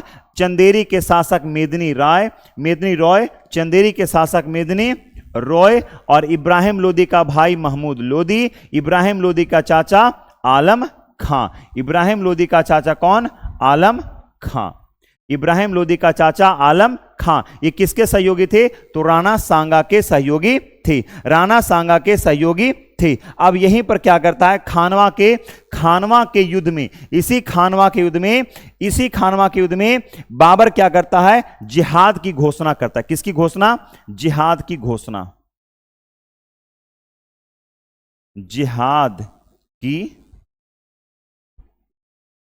घोषणा करता है। इसी युद्ध में, इसी युद्ध के उपरांत, किसके? युद्ध के उपरांत, युद्ध के उपरांत, ध्यान दीजिएगा, युद्ध के उपरांत। तो क्या करता है ये इसी युद्ध के बाद क्या करता है? युद्ध के बाद ये गाजी की उपाधि लेता है। किसकी? युद्ध के बाद ये गाजी की, युद्ध के बाद गाजी की उपाधि, गाजी की उपाधि। और गाजी का मतलब क्या होता है? गाजी का अर्थ, गाजी का अगर बात करें मेरे प्यारे मित्रों, तो गाजी का अर्थ क्या होता है? तो गाजी का अर्थ अगर कोई पूछ दे, गाजी का अर्थ होता है तो काफिरों को मारने वाला। गाजी का अर्थ होता है काफिरों को मारने वाला, काफिरों को मारने वाला। गाजी का अर्थ क्या होता है? तो गाजी का अर्थ होता है काफिरों को मारने वाला। और बाबर के खिलाफ कौन कौन युद्ध किया था? तो चंदेरी के शासक मेदिनी रॉय, इब्राहिम लोदी का भाई महमूद लोदी, इब्राहिम लोदी का चाचा आलम खां लोदी। तो ये किसका बारे में था? ये खानवा के युद्ध के बारे में था। ठीक है, चलिए इसे हम लोग डायग्राम या माइंड मैप कहते हैं। ठीक है ना। चलिए अगले बात करते हैं, अगला कौन सा युद्ध क्या था? तो अगला 1528 में चंदेरी का युद्ध क्या था? कौन? अगला 1528 में चंदेरी का युद्ध, चंदेरी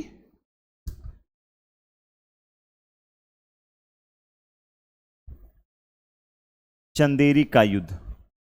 किसका युद्ध लड़ा? चंदेरी का युद्ध। कब लड़ा? तो 1528 में, 1528 में। किसके विरुद्ध लड़ा? तो बाबर और किसके? बाबर और मेदिनी रॉय के मध्य बहुत बुरी लड़ाई हुआ है, बहुत भयानक लड़ाई हुआ था। बाबर वर्सेस मेदिनी रॉय। बाबर एक एक करके सभी को ठिकाना लगा देता है। पहले तो राणा सांगा को ठिकाना लगाया, फिर राणा सांगा को हेल्प किया था मेदिनी रॉय, तो फिर मेदिनी रॉय को मारता है घसीट कर। फिर घाघरा के युद्ध में महमूद लोधी को भी पीटता है। किसको? घाघरा के युद्ध में महमूद लोधी को भी ये क्या करेगा? तो ये पीटेगा। तो चंदेरी के शासक मेदिनी रॉय, हम लोग इसके बारे में चर्चा कर चुके हैं। तो यहां पर क्या करता है? बाबर यहां पर युद्ध विजयी हो जाता है, बाबर जीत जाता है, बाबर जीत जाएगा, बाबर विजयी। और मेदिनी रॉय जो चंदेरी के शासक हैं वो क्या हो जाएंगे? तो वे पराजित हो जाएंगे। क्या हो जाएंगे? वे क्या हो जाएंगे? तो पराजित हो जाएंगे, पराजित हो जाएंगे। बोलिए यहां तक कोई दिक्कत? राजपूतों के सिर के मीनार बनवाए। इसी युद्ध में क्या किया? राजपूतों के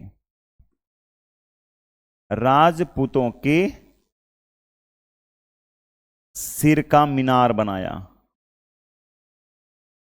सिर का मीनार। इसी युद्ध में राजपूतों के सिर का क्या किया? राजपूतों के सिर का मीनार बनाया, है ना। राजपूतों के सिर का मीनार बनाया। ऐसा माना जाता है कि चंदेरी में जब चंदेरी की जो महिलाएं थी, जब मेदिनी रॉय की जब मृत्यु हो गई, जब उसका गला काट दिया, जब उसको मार दिया, मेदिनी रॉय की हत्या कर दिया बाबर, और जब उसको मार दिया तो इसके बारे में इसके शुभचिंतक इसके पत्नी को पता चला कि उसकी हत्या हो गई। तो पहले के लोग जौहर करते थे। क्या करते थे? राजपूतानी, जितनी राजपूतानी माताएं थी वो सभी क्या कर लेती थी? इन सब आक्रमणकारियों के डर से क्या कर लेती थी? हालांकि वो डरती नहीं थी, लेकिन मजबूरी ऐसा था, अगर उसका पति रहता, भाई रहता, तो फिर कोई उसको डर नहीं रहता था। लेकिन उसके पति की हत्या कर देने के बाद जितनी राजपूताने माएं थी सॉरी वो सभी क्या कर लिए? वो सभी ने जौहर कर लिया। इतना जौहर हुआ था कि 15 कोस दूर, याद रखिए 15 कोस दूर से पता चलता था कि उतनी ललक आग लगी हुई थी। सोच लो, 15 कोस दूर से पता चलता था कि मेदिनी रॉय यानी चंदेरी में आग लगा हुआ। इतना भयानक आग लगाकर वहां की बहुत सारी महिलाएं अपने आप को क्या कर दी? जौहर कर दी थी। कहां? तो ये बहुत खतरनाक, बहुत दर्दनाक यहां पर युद्ध हुआ था। और इसी के नाम के मस्जिद को बाबरी मस्जिद, है ना, इसी नाम के मस्जिद के भारत में इसके संरक्षक, अनेकों संरक्षक पैदा हुए हैं। मैटर हिंदू मुस्लिम का नहीं है, मैटर हिंदू मुस्लिम का तो है ही नहीं, है ना। चलिए अगला हो जाता है घाघरा का युद्ध। क्या हो जाता है? घाघरा का युद्ध। है ना। बताओ उतनी राजपूताने माएँ क्या कर ली थी, तो जौहर कर ली थी, है ना। चलिए, हालांकि युद्ध अभी इस पे पूरा डिस्कशन चल ही रहा है ना। चलिए देखते हैं, भारत है यहां सब कुछ पॉसिबल है। घाघरा के युद्ध की चर्चा करते हैं, घाघरा का युद्ध। चलिए, तो घाघरा के युद्ध में हम लोग चर्चा करेंगे कि सबसे पहले घाघरा के युद्ध कब हुआ, तो बात कर लेते हैं 1529, 28 में हुआ, 1529, है ना, मई में हुआ था, है ना। 1529 कितना, तो 6 मई 1529 को घाघरा के युद्ध कब हुआ, 6 मई 1529 में हुआ था। ये कहां, तो घाघरा नदी के तट पर बिहार में। कहां, घाघरा नदी के तट पर बिहार में। घाघरा नदी बिहार, कहां हुआ था, बिहार में हुआ था। किनके मध्य हुआ था, किनके मध्य हुआ था, तो बात करें कि अच्छा एक चीज पहले बता दूं, है ना, ये युद्ध कहां हुआ था, तो जल एवं स्थल में युद्ध, यानी दोनों में युद्ध हुआ था, जल एवं स्थल दोनों में युद्ध हुआ था, दोनों में यह युद्ध हुआ था, जल और स्थल दोनों में यह युद्ध हुआ था, जल और स्थल दोनों में यह युद्ध हुआ था। अगर बात किया जाए किनके मध्य हुआ था, किनके मध्य हुआ था, तो बाबर वर्सेस अफगानों के बीच हुआ था, बाबर वर्सेस अफगानों के मध्य हुआ था। और अफगान का सेनापति कौन था, अफगान का सेनापति कौन था, महमूद लोदी। कौन था, महमूद लोदी। बाबर, अफगान का सेनापति कौन था, तो अफगान का सेनापति कौन था, महमूद लोदी था उधर से। और बंगाल के सुल्तान नुसरत शाह इसके सहयोगी थे। कौन, बंगाल के सुल्तान नुसरत शाह सहयोगी, है ना। बात करें सहयोगी की, सहयोगी,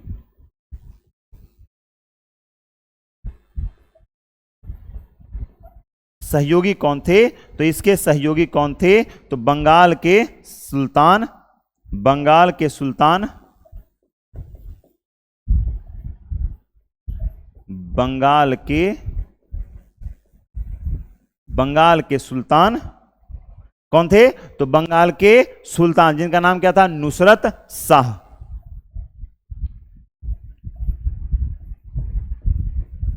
नुसरत शाह, जिसके कौन थे, सुल्तान कौन थे, सहयोगी कौन था, बंगाल के सुल्तान नुसरत शाह। किसके, तो महमूद लोदी के। ये सभी जगह से सहयोग लिया था, है ना, अवध से भी सहयोग मांगा था। और यहां पर विजय किसकी होती है, तो विजय अंतोगतवा किसकी, बाबर की होगी। किसकी, बाबर क्या होगा, तो विजयी हो जाएगा, बाबर क्या हो जाएगा, विजयी। और अफगान यहां पर युद्ध क्या करते हैं, हार जाते हैं। अफगान क्या करेंगे, युद्ध को हार जाएंगे। और घाघरा के युद्ध बाबर का अंतिम युद्ध होगा, है ना, बाबर का अंतिम युद्ध। बहुत बुरी मौत मरता है बाबर, बाबर का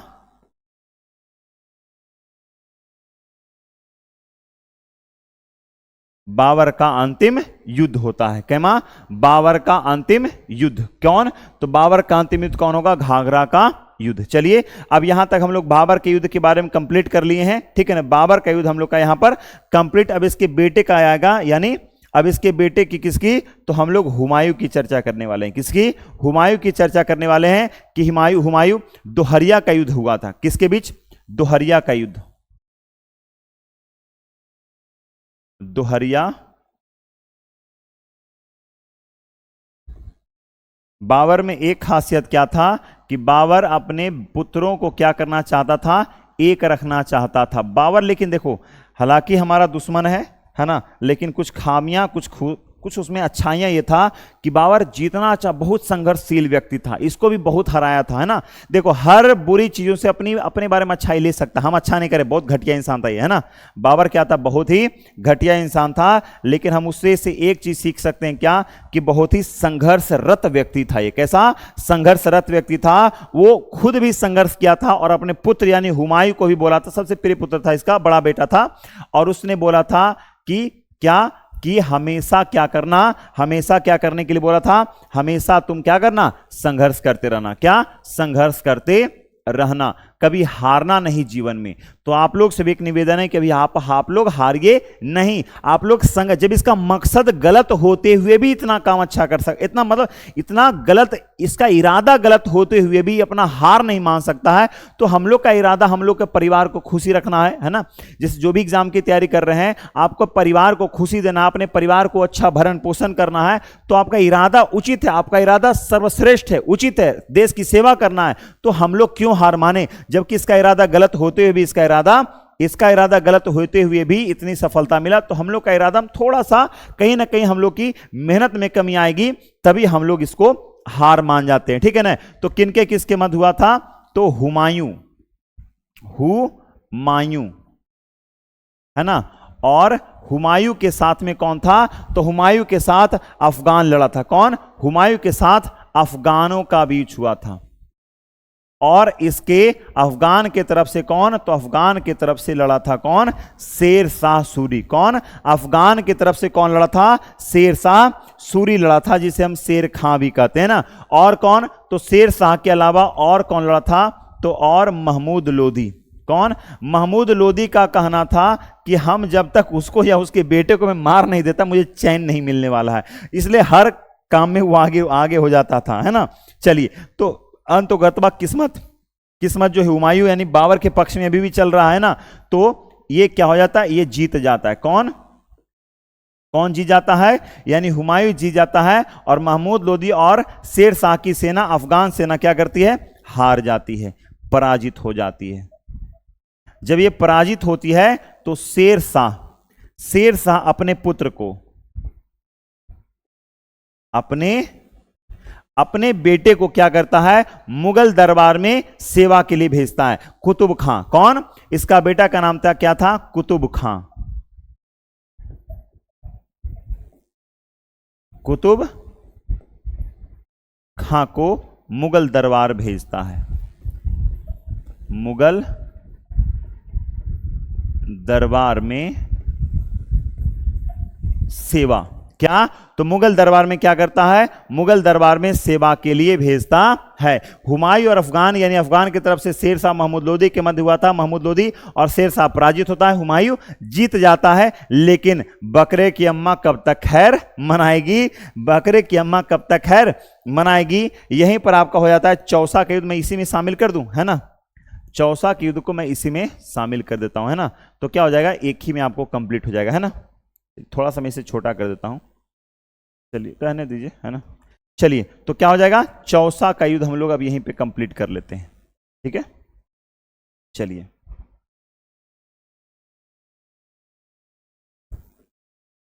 चौसा का युद्ध, तो चौसा का युद्ध किनके किनके मध्य हुआ था मेरे प्यारे मित्रों,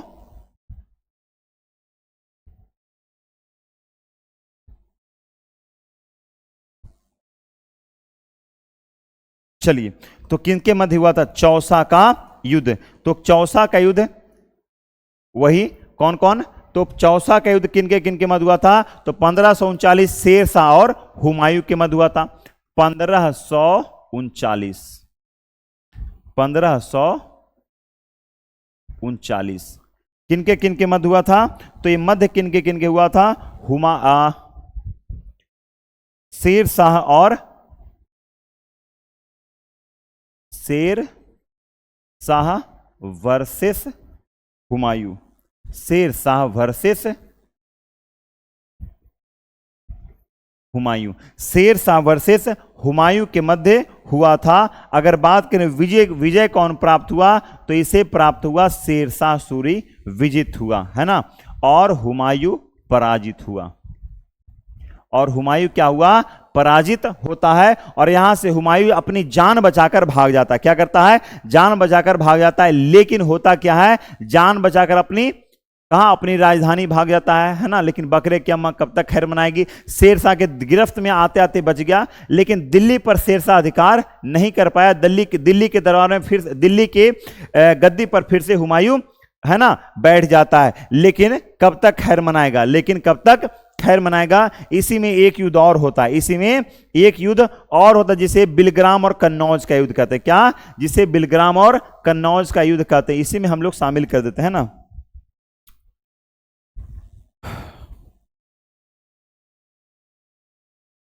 चलिए इसे में हम लोग क्या करते हैं, बिलग्राम,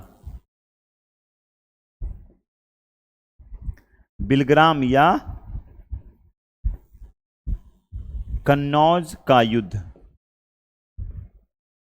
बिलग्राम या इसे क्या कहेंगे, कन्नौज का युद्ध कहेंगे। ठीक है, चलिए बिलग्राम या इसे हम क्या बोलेंगे मेरे प्यारे मित्रों, बिलग्राम या कन्नौज का युद्ध। तो बिलग्राम या कन्नौज का युद्ध कब की बात करें तो 1540, कितना, 1540 में बिलग्राम और किसके, बिलग्राम या कन्नौज का युद्ध की चर्चा कितना 1540 में हुआ था। अगर बात करें किसके किसके मध्य हुआ था, है ना, किसके किसके मध्य हुआ था, तो एक तरफ हो जाएगा हमारा शेरशाह, है ना, और दूसरे तरफ हो जाएगा हमारा बकलुलवा हुमायूं। ठीक है, एक तरफ हो गया शेरशाह और दूसरी तरफ क्या हो गया हमारा, हुमायूं हो गया। अब यहां पर विजय कौन प्राप्त करता है, तो विजित कौन होता है, तो शेरशाह जीत जाता है, शेरशाह विजित, हुमायूं पराजित, हुमायूं पराजित हो जाता है ना। हुमायूं क्या हो जाता है, तो हुमायूं पराजित हो जाता है। जब शेरशाह जीतता है तो क्या करेगा, दिल्ली आगरा पर अधिकार, दिल्ली और क्या करेगा, आगरा पर अधिकार करेगा, क्या, दिल्ली और क्या करेगा, आगरा पर अधिकार करेगा। अब अगर हुमायूं की बारी आ गई, किसकी बारी आ गई, हुमायूं की बारी आ गई, तो हुमायूं क्या करेगा, हुमायूं क्या करेगा, हुमायूं यहां से जान बचाकर भाग जाता है ना, जान बचाकर भागता है। और जान बचाकर कहां भागता है, भागकर शरण लेता है, भागकर, अरे भाई लिखा जाओ, भागकर शरण लेता है, भागकर शरण लेता है। किसके पास जाकर शरण लेता है, तो भागकर शरण लेता है किसके पास जाकर, तो किसके पास, पंजाब के राजा अमरकोट, कहां, अमरकोट के राजा, है ना, अमरकोट पंजाब एक ही है, अमरकोट पंजाब के राजा कौन, राणा वीरसाल, कौन, राणा वीरसाल के महल में शरण लेता है। पंजाब, अमरकोट पंजाब कर देते हैं ना, कौन, अमरकोट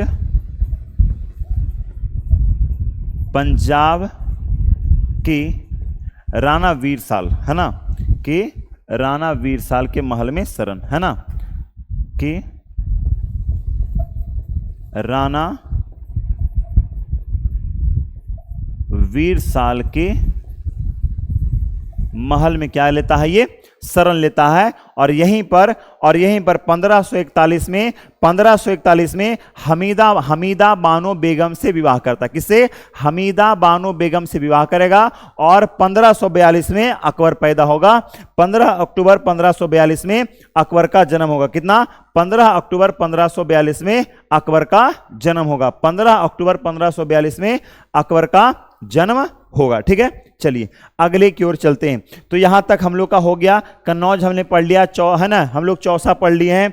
उसके अलावा हम लोग देवरिया का भी युद्ध, हाँ, बिलग्राम दोहरिया का भी युद्ध हम लोग यहां तक पढ़ लिए। ठीक है, अब हम लोग यहां पर थोड़ा सा तराइन के युद्ध की बात करें, किसकी, तराइन के युद्ध की चर्चा थोड़ा कर लेते हैं ना।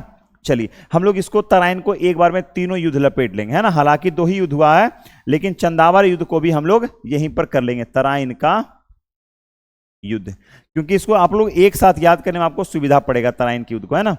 तराइन का युद्ध कितना हुआ है, 2 हुआ है ना। चलिए प्रथम युद्ध, तो प्रथम युद्ध और दूसरा क्या हो जाएगा, द्वितीय युद्ध, द्वितीय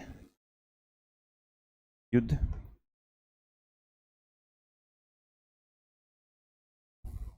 द्वितीय युद्ध। अब यहां पर क्या हो जाएगा, चंदावर का युद्ध, चंदावर का युद्ध, यानी यहां पर हम लोग तराइन का पहला युद्ध, दूसरा युद्ध और चंदावर का भी युद्ध हम लोग यहां पर कवर कर लेंगे। ठीक है, चलिए। तो कहता है क्या कि तराइन का पहला युद्ध कब हुआ था? तो पहला युद्ध की बात करेंगे तो पहला युद्ध कब हुआ था? तो 1191 में। कब हुआ था? 1191। दूसरा युद्ध कब हुआ था? तो 1192 में। और चंदावर का युद्ध कब हुआ था?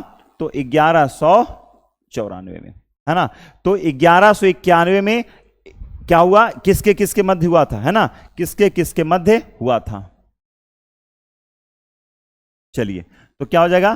पृथ्वीराज तृतीय। पृथ्वीराज चौहान इन्हीं का नाम है ना। पृथ्वीराज तृतीय का ही नाम क्या है? चौहान है। पृथ्वीराज तृतीय का ही नाम क्या है मेरे प्यारे मित्रों? पृथ्वीराज तृतीय का ही नाम क्या है? चौहान है।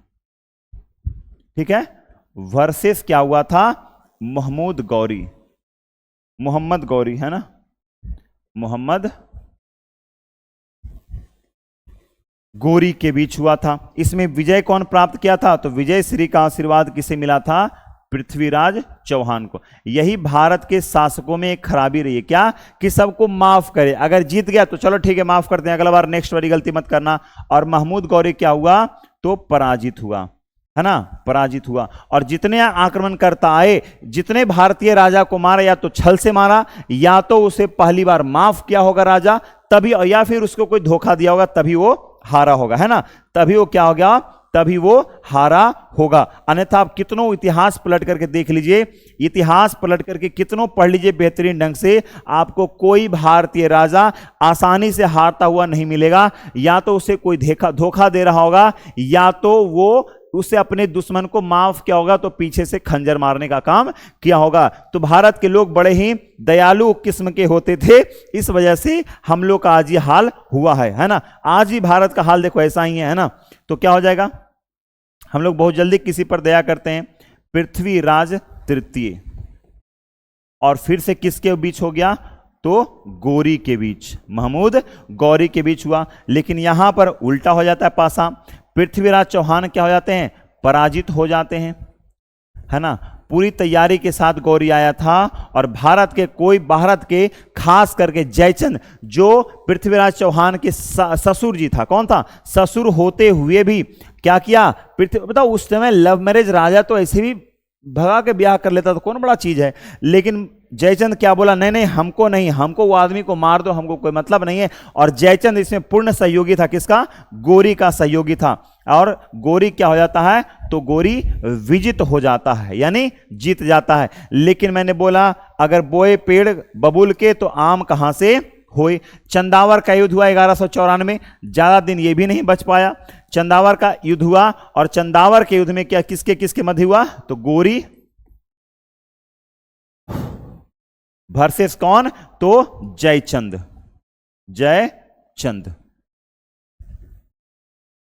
जयचंद्र। ठीक है। और इसमें जीता कौन, हारा कौन? तो गौरी क्या हुआ? विजित हुआ। और जयचंद क्या हुआ? तो जयचंद पराजित हुआ। जयचंद क्या हुआ? पराजित हुआ। अब यहां पर आता है कि परिणाम क्या निकला? परिणाम ये निकला कि जब गौरी क्या क्या पृथ्वीराज चौहान को या पृथ्वीराज तृतीय को जब गौरी जब हरा देता है, तो दिल्ली और अजमेर पर अधिकार कर लेता है। कहां? दिल्ली व अजमेर पर अधिकार। अब ये मत पूछना कि सर अधिकार कौन किया, अरे भाई जो जीतेगा वही है तो अधिकार करेगा, है ना। और यहां पर क्या किया? तो कन्नौज पर अधिकार, कन्नौज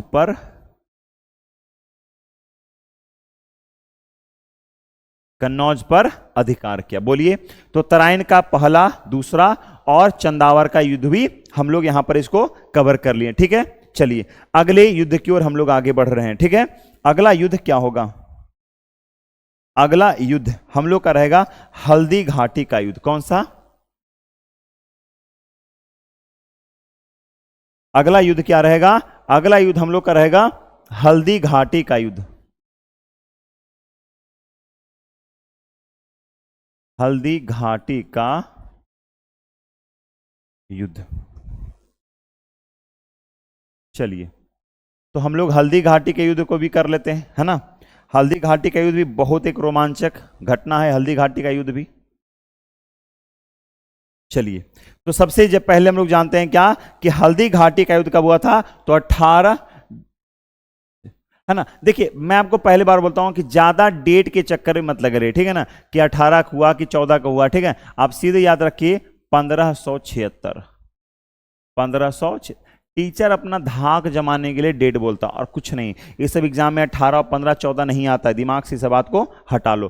किसके किसके मध्य हुआ था, तो किसके किसके मध्य हुआ था, तो मेवाड़ के राजा और अकबर के मध्य हुआ था, है ना।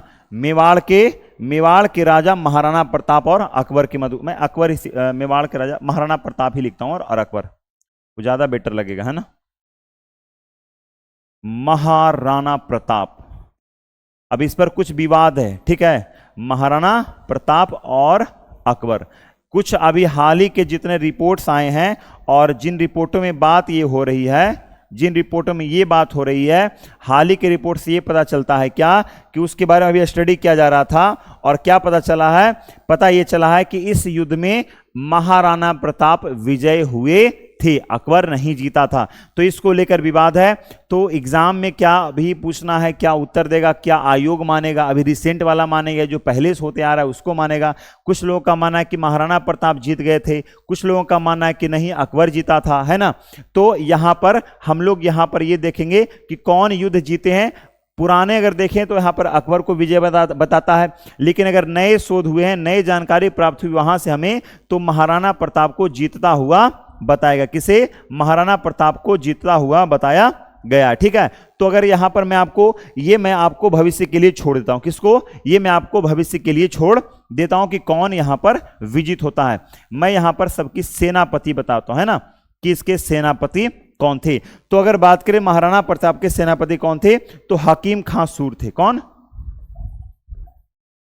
हकीम खां सूर, या सूरी भी कभी कहीं लिखा हुआ मिलेगा आपको, ठीक है ना।